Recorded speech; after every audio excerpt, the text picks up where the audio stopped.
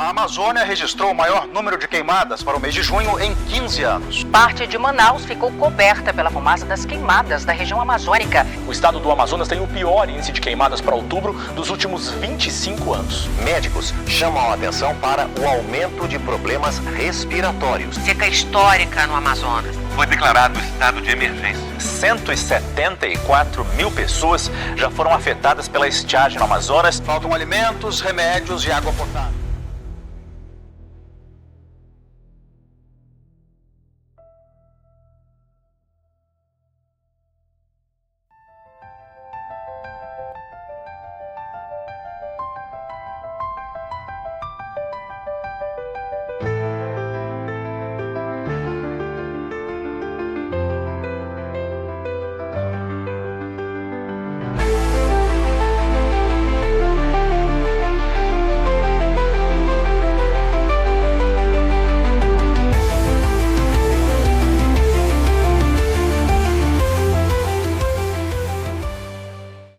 Quando a gente fala de mudanças climáticas, ainda existe muito aquela ideia de que vai acontecer daqui a 50 anos. Mudança climática, ela é hoje, atual. Já estamos sentindo os impactos da mudança climática. 50 anos atrás, eles vinham para cá. No tempo da seca, o lago não secava.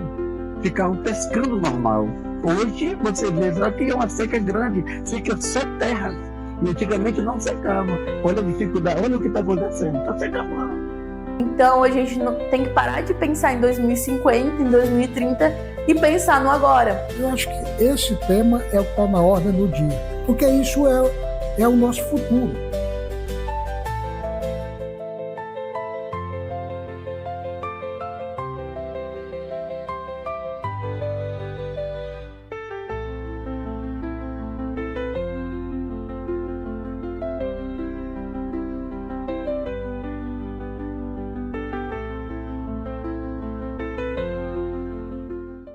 A seca 23 e 24 é considerado como um evento único. Ele não foi um evento em 23 e um segundo evento em 2024. Embora a gente tenha passado por estação chuvosa no final de 23 e início de 24, essa estação foi menos chuvosa que deveria ter sido. Então a gente passou por deficiência de precipitação, tá? A estação foi deficitária em termos de chuva, e não só para a Amazônia Ocidental, mas para a Amazônia Oriental, para a Amazônia inteira e todo o norte da América do Sul. Tá? É um evento único, a gente não tinha nenhum registro parecido na série histórica, se deu em decorrência principalmente a dois grandes eventos que a gente teve em 23 e 24. Um evento El Niño e um aquecimento anômalo do Atlântico Tropical Norte, na região do Mar do Caribe. Naquela região onde a gente tem as temporadas de furacões, então, em 23, inicia-se um evento El Niño, um aquecimento anômalo das águas do Oceano Pacífico, que, por sua vez, eles inibem a formação das grandes nuvens na região amazônica e reduzem o volume de precipitado. No mesmo tempo, em 2024, questão de um mês ou dois depois, a gente tem um evento bastante intenso de aquecimento das águas do Oceano Atlântico Tropical Norte, próximo ao Mar do Caribe, em que ele retira o transporte de umidade que deveria se dar do Oceano Atlântico em direção à floresta amazônica. Na realidade, ele é desviado para o hemisfério norte para alimentar as temporadas de furacões. Então, são dois eventos que têm o mesmo resultado. Tanto o aquecimento do Pacífico quanto o aquecimento do Tropical Norte concorrem para reduzir as chuvas na Amazônia. Por isso, 23 e 24 é considerado um evento único e extremamente intenso. A gente não tinha nenhum registro parecido na série histórica. Aqui na região amazônica, quando não há influência do El Niño, o ciclo de formação de chuvas ocorre normalmente. Mas quando o Oceano Pacífico aquece, as nuvens que estavam aqui se deslocam para lá e os ventos mudam de direção. Mas o El Niño não é o único culpado pela seca na região. O aquecimento do Atlântico Norte, que é essa parte que fica acima da linha do Equador, também contribui para a estiagem. Como a temperatura do planeta está muito aquecida e a temperatura dos oceanos também está mais elevada do que deveria, o que a gente acontece? A gente tem intensidade dos eventos, tanto da subsidência como o do crescimento de nuvens quando eles ocorrem. Os eventos climáticos que ocorrem nos oceanos são intensificados porque a gente tem mais energia no sistema. O planeta começa a ter mais energia, né? Porque tem mais radiação solar, provavelmente, as temperaturas são mais elevadas, então todos os eventos são mais intensos e mais frequentes. A gente chama de extremos climáticos. Muito frio, muito calor, muita chuva, uma seca muito severa, uma enchente. nós começamos a perceber que o tempo ele está mudando. Muito calor, muito mais umidade, né? Chegamos aí à sensação térmica de 40 graus quase que todos os dias. Então, isso já diz o seguinte, a Amazônia, ela é também impactada quando a gente tem aí o processo das mudanças climáticas.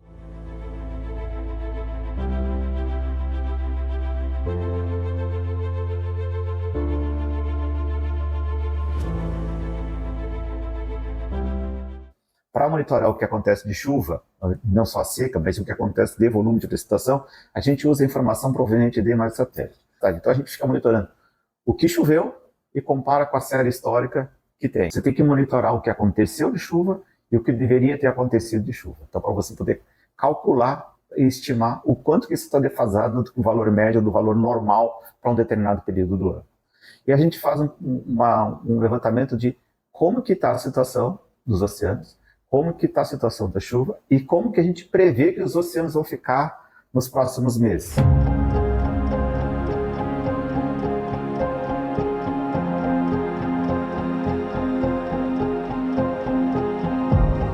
Quando foi meados do mês de maio de 23, já era bem antes da seca, que acontece só em julho, agosto, setembro, a gente já previa que ia ter o evento El Niño.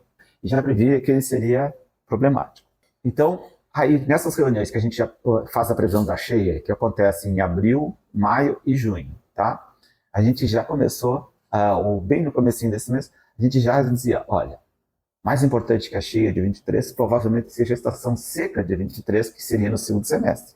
E ela foi assustadora, porque a gente nunca tinha visto dois eventos simultâneos, nem de Atlântico nem de Pacífico, ocorrer exatamente ao mesmo tempo. Os dois eventos aconteceram exatamente ao mesmo tempo e trouxeram a seca histórica de 2023. Bom, chega lá por novembro, dezembro de 23, a gente já viu. A estação chuvosa de 23 para 24 vai ser fraca. A gente já sabia disso. E o segundo ano é de El Niño, porque reduz muito o volume de água dos rios nas bacias para o ano seguinte. Então, 23 era uma seca grave, 24 seria uma seca muito grave também. Não mais intensa, naquele momento ainda não era possível dizer, mas seria um ano de seca muito grave. Para a seca na região norte, o nível baixo dos rios no Amazonas prejudica o transporte de pessoas e de cargas. Produtos básicos chegam ao destino com atraso e mais caros. A sociedade ela sentiu o peso econômico no preço dos produtos a partir da seca. Então, por exemplo, a seca ela afetou a cadeia produtiva do peixe, e isso faz com que o produto tenha uma agregação de valor. Por quê? Porque nós temos uma escassez do produto no mercado. Quando a gente tem escassez do produto, o que acontece com o preço? A gente tem uma elevação desse preço. Então, aumentou o frete, aumentou o custo de produção e o consumidor final, lá na ponta da cadeia produtiva, ele sentiu que o preço do produto estava mais elevado. A venda de peixe ficou muito ruim devido à seca, o transporte do peixe para vir para cá para nós fica muito caro e aí nós temos que colocar esse transporte em cima do lucro do peixe e a venda fica muito, muito devagar. Vamos pescar mais para longe e não traz o peixe para a nossa comunidade, já vem todo na Panaí. Fica lá fora, pega o peixe, leva para Panaí, fica faltando peixe aqui na nossa comunidade, fica mais caro. A comunidade sofre também por causa disso, porque o peixe não fica mais barato, fica um custo mais alto. Geralmente as pessoas reclamam, né, que o jaraqui de 40 por 20, quando está na seca, a dificuldade é muito grande de trazê-lo para cá, fica 10 por 20 na seca. E os clientes diminuem os clientes. A renda cai, bruscamente cai, vai lá para baixo. O lago para nós é a vida, né? O pescador é a vida, né? O lago, né? Se o lago se acaba, o pescador como é que vai trabalhar? O nosso lago é a nossa vida. E se o lago, pelo destino que está, pelo que está acontecendo, ele vai se acabar, a dificuldade vai chegar, né? Tudo era difícil no tempo da seca. Tudo era difícil para a gente chegar para pegar o peixe. O pescador não saía porque não tinha canoa na beira do rio. Ele não tinha como ir pescar. Só quem tinha motor veio lá de fora. Os motores tudo ficaram em terra. E fica mais difícil o pescador vai pescar. O pescador vem puxando a canoa na lama para chegar aqui. Porque seca tudo. A boca ela seca. Então tem que pescar no rio. Porque não tem lago. Nós não temos lago. O lago nosso vira toda uma praia.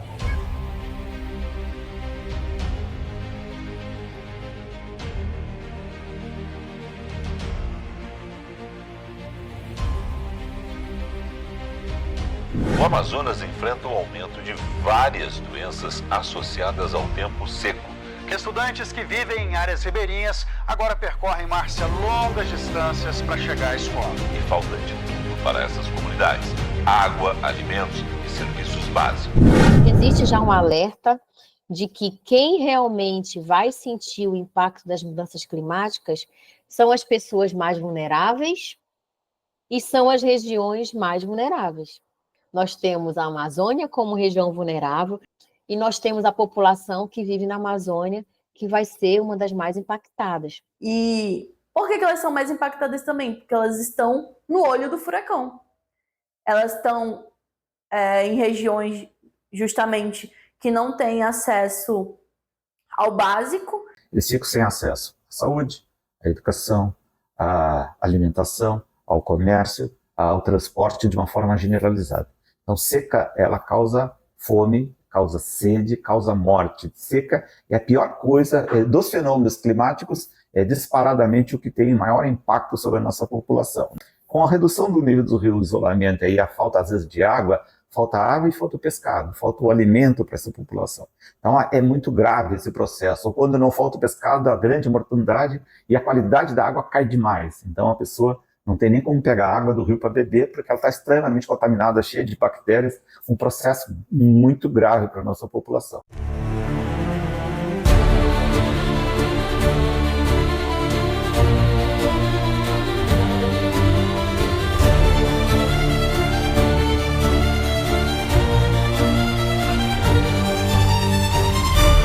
Eu percebi que nenhum âmbito das políticas públicas está preparado para o que a gente está vivendo.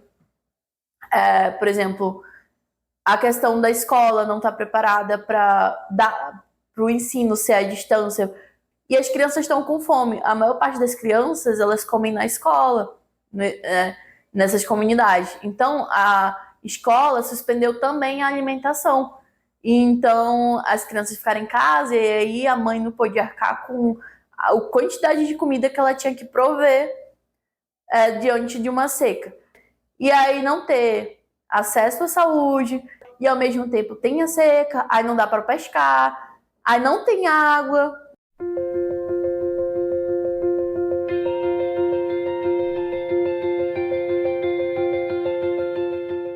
E aí eu chego e tem peixe sendo feito. Eu percebo que assim, a comida tá muito simples, apesar de que eles comem muito peixe, mas assim, eu percebo que tem pouco peixe para muita gente. Aí eu começo a perguntar: quantos peixes vocês costumam comer costumavam comer antes da seca? Aí eles falaram: por pessoa, uns 10, porque eles só comiam aquilo o dia todo, né? E agora? É uns 15 a 20 peixes por dia para todo mundo. Um dos senhores que eu entrevistei em Tefé chorou por causa dos botos, porque ele falou que, assim, o boto, ele tá dentro do dia a dia, né, do ribeirinho, e os botos ficavam sempre ali brincando na frente da casa dele, que ele mora no flutuante. Então ele começou a ver um monte de boto boiando ao redor da casa dele, e aquilo teve uma questão psicológica muito forte nele. Agora tinha um boto ali morto. Olha onde vai outro aqui, ó. Lá está o outro ali, ó. Outro boto. É mais um aqui. A água tá demais quente, tá morrendo muito peixe. O pessoal aqui de Tefé avisou que tinha uma quantidade de botos mortos nas águas aqui do lago, né? E que teria sido... A primeira informação veio iniciativa do pessoal local, pescadores que sabem que a gente faz esse tipo de trabalho, que nos avisaram que existiam carcaças.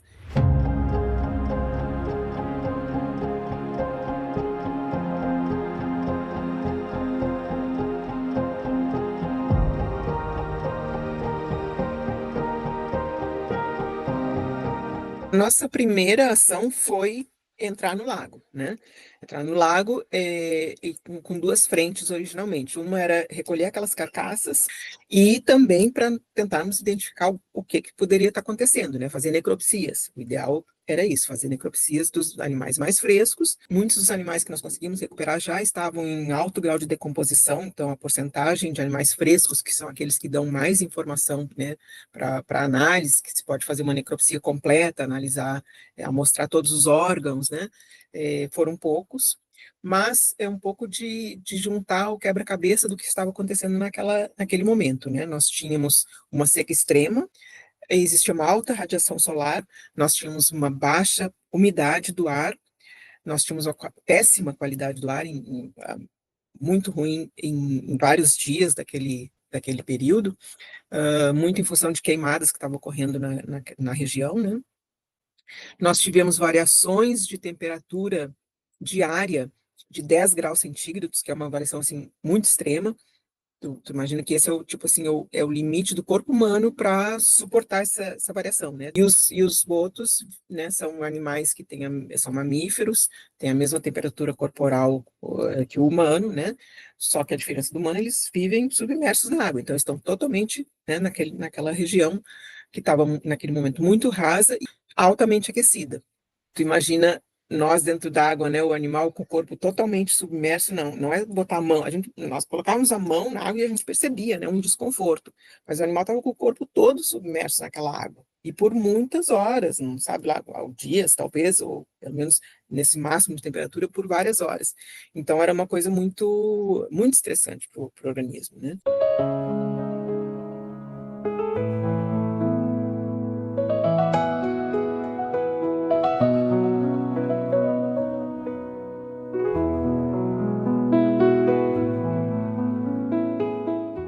Nós acreditamos que a causa realmente foi o aquecimento das águas, né, extremo, associado com a baixa temperatura e advindo principalmente em função das mudanças climáticas. A espécie atualmente as duas, né, tanto o boto vermelho quanto o tucuxi são consideradas ameaçadas de extinção. Uma perda de 10% eu acho que é muito alta para a população local, né? Pode sim afetar principalmente essa população, mas provavelmente não afetou o resto das populações. Mas aqui sim, e um pouco disso a gente só vai poder ver ao longo do tempo, né?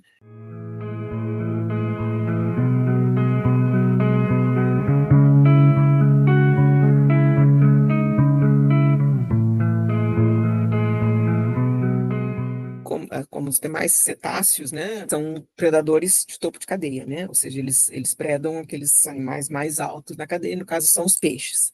E esses animais costumam realizar um efeito de controle das populações ícticas, né, então predam os animais mais fracos, mais adoentados, mais lentos, então de certa forma eles limpam a população de peixes, deixando para o humano, né, uma população mais saudável de peixes. Então, perda de botos significa também que alguma coisa na qualidade do ambiente vai se deteriorar. Eles, obviamente, fazem parte, né, da cultura amazônica, né, as lendas, enfim, a beleza, né, eles têm esse atrativo cultural e turístico, né? Assim, é uma espécie que só é endêmica da Amazônia, então não existe em qualquer outro lugar. Então, se acabar aqui, acabou. E eles são também o que a gente costuma chamar de sentinelas, né? Como eu disse em algum momento, eles são nós dentro d'água. Então, o que acontecer de bom ou de ruim para eles dentro d'água vai reverter, eventualmente, né, na população humana. Porque o amazônida utiliza a água quase tanto quanto o boto, só não mora lá dentro, mas usa para beber, para se alimentar, para pescar, para o lazer, para deslocamento. Então, assim, totalmente dependente da água, né? Se as mudanças forem tão dramáticas, começarem a matar boto, a gente vai sofrer. Na verdade, a gente já sofreu bastante, né? No 23 e 24. Populações humanas ficaram isoladas, houve surtos de diarreia, houve dificuldade de abastecimento, então a gente já está percebendo, né, o que pode acontecer. E a verdade é que a previsão dos especialistas é que esse tipo de evento vão ser mais frequentes e mais intensos à medida que o tempo passa. Então, a gente precisa estar atento para isso, né?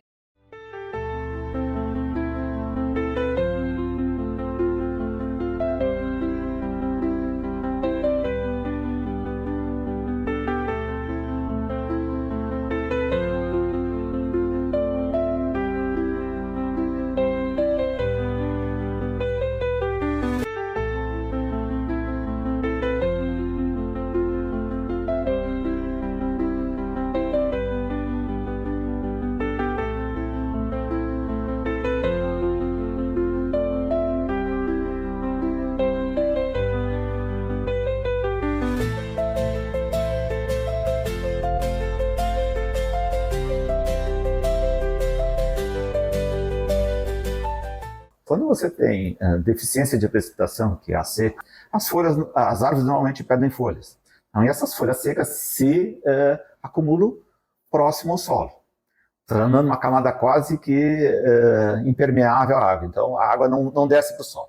E essa camada de material, galhos mortos e secos, folhas mortas e secas, baixa umidade nesse material, tanto de folhas quanto na liteira, que a gente chama das árvores, é um combustível excelente. Então, qualquer fogo que aconteça, se perde muito rapidamente o controle. Então, seca e incêndio estão muito correlacionados. Tem radiação, se tiver um ambiente seco, ele vai pegar fogo. No teu quintal lá, se tu deixar um vidro, por exemplo, bater a radiação desse vidro, ele vai provocar fogo. Se tiver muita folha seca ali, para ter incêndio, basta ter um ambiente seco e uma fonte detonadora. Um raio, por exemplo, um raio vai provocar incêndio. Um vidro seco ali que vai provocar, que vai receber radiação solar, ele vai aumentar a temperatura daquele ambiente, vai potencializar o jato de radiação, vai potencializar o fluxo de radiação e vai incendiar. Então há incêndio natural, sim, mas não é o que acontece aqui. Aqui, no geral, o que tem é incêndio criminoso. O fumaceiro decorre exatamente de queimadas. Essas queimadas podem ser naturais, pode ser por incêndios naturais e podem ser induzidas. No caso do Amazonas e da região metropolitana de Manaus, elas foram induzidas. Vocês são, inclusive, criminosas. Portanto, a poluição ambiental, ela é criminosa. Ela leva ao óbito de milhares e milhares de pessoas, se não momentaneamente, a médio e a longo prazo.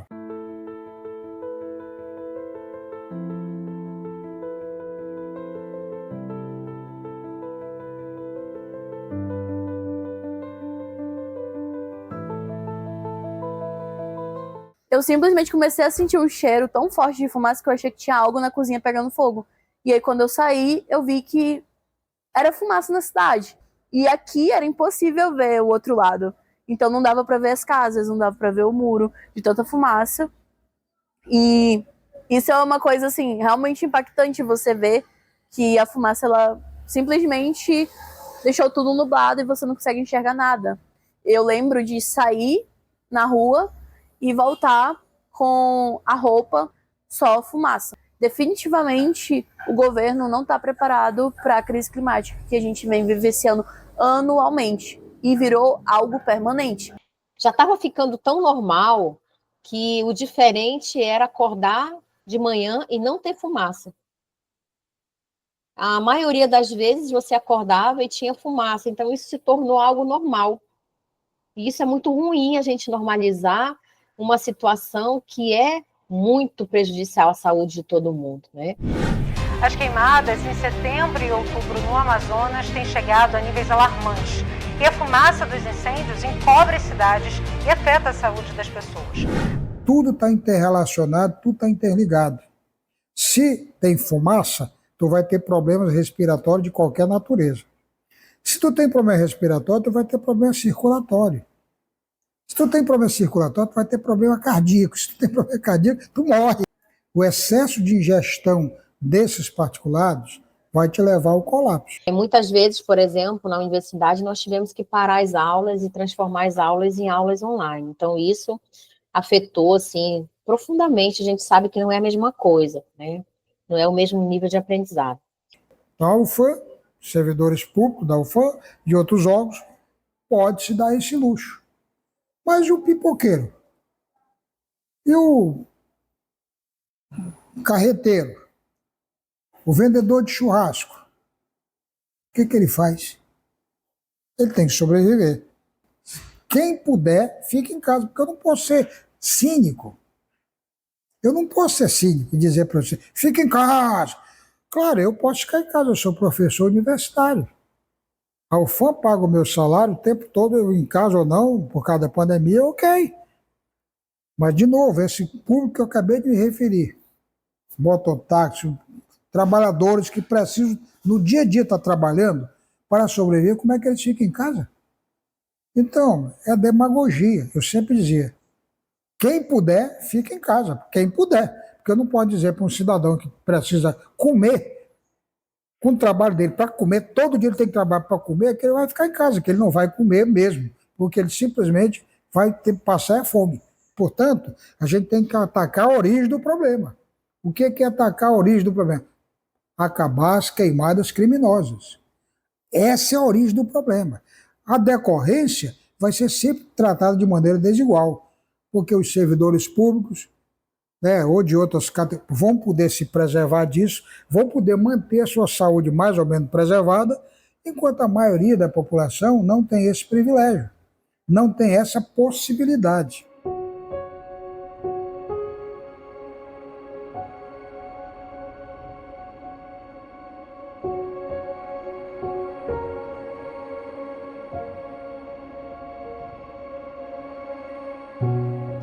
A Amazônia, ela é vista aí como uma alternativa e também uma possibilidade de você combater o aumento da temperatura na Terra. Então, a Amazônia ela é vista como uma solução para frear o aquecimento global e não deixar que a Terra aqueça aqueles graus que a gente considera como ponto de não retorno. O Brasil é visto, ele é apontado como o país que vai ser líder da economia verde no mundo, por causa da biodiversidade.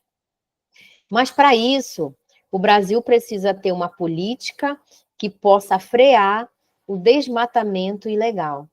Então, eu vou gerar emprego e renda através de uma economia verde, de empregos verdes, de empregos sustentáveis, que vai desestimular as pessoas que praticam o desmatamento ilegal. Por quê? Porque não adianta você fiscalizar, não adianta você punir, não adianta você ter leis, se você não traz uma proposta econômica viável para a região. As pessoas vão morrer de fome. Então, para que elas não morram de fome e não decidam pelo desmatamento ilegal, você tem que ter uma proposta de modelo econômico que seja viável para que essas pessoas possam se sustentar em meio aí à preservação da floresta. E o que nós queremos é que as pessoas comecem a praticar alternativas sustentáveis. Não é chegar com vocês, olha, você não pode fazer mais nada, vamos proibir tudo, está proibido. Aí nós não vamos a lugar nenhum com essa conversa. Eu tenho que combater a origem do problema. E a origem do problema está na concepção predadora de uso dos recursos naturais. Se eu não corrigir isso, eu estou apagando incêndio apenas. Eu vou apagar incêndio. O incêndio acontece, eu vou lá e apago. Se eu não mudar a concepção, vai ter incêndio de novo, que é o que vai acontecer aqui. Enquanto nós não mudarmos a concepção, vai ter, obviamente, incêndios na Amazônia, vai ter fumaça, vai ter poluição, vai ter particulada no ar, porque eu estou apenas mudando o local que eventualmente eu tenho. Eu muto aqui, eu prendo aqui, bloqueio, toca fogo no outro canto, onde não tem repressão, onde não tem fiscalização. Por esse caminho nós não vamos chegar a lugar nenhum. Porque nós estamos atrás de oferecer para a sociedade uma alternativa sustentável. Porque nós não vamos parar de crescer nem desenvolver, ao contrário, nós vamos buscar elevar o padrão de vida das pessoas.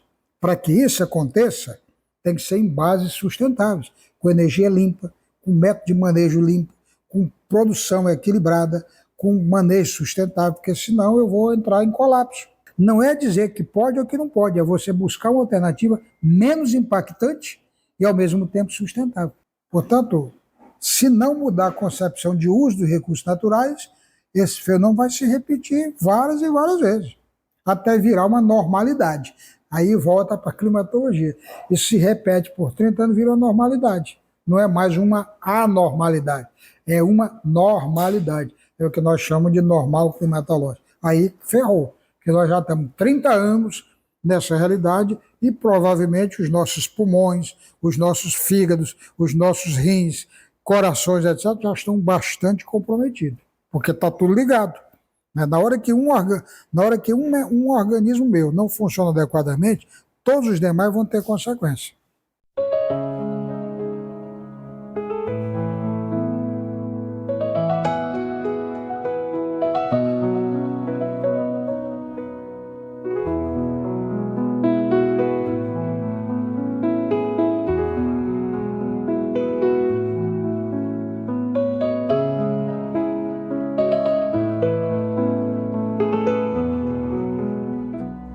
climática, ela ainda é algo muito visto como intocável pelas pessoas, como se fosse quase algo irreal, quando na verdade é algo real que já está sendo concretizado. É visto como algo distante, que vai acontecer em 2050, quando na verdade está acontecendo agora. Então, o nosso papel, enquanto pesquisador, enquanto ambientalista, enquanto educador, enquanto jornalista, é fazer esse tema ser tocado pelas pessoas, né? Então, é buscar estratégias que fazem essas coisas serem vistas de uma forma no dia a dia.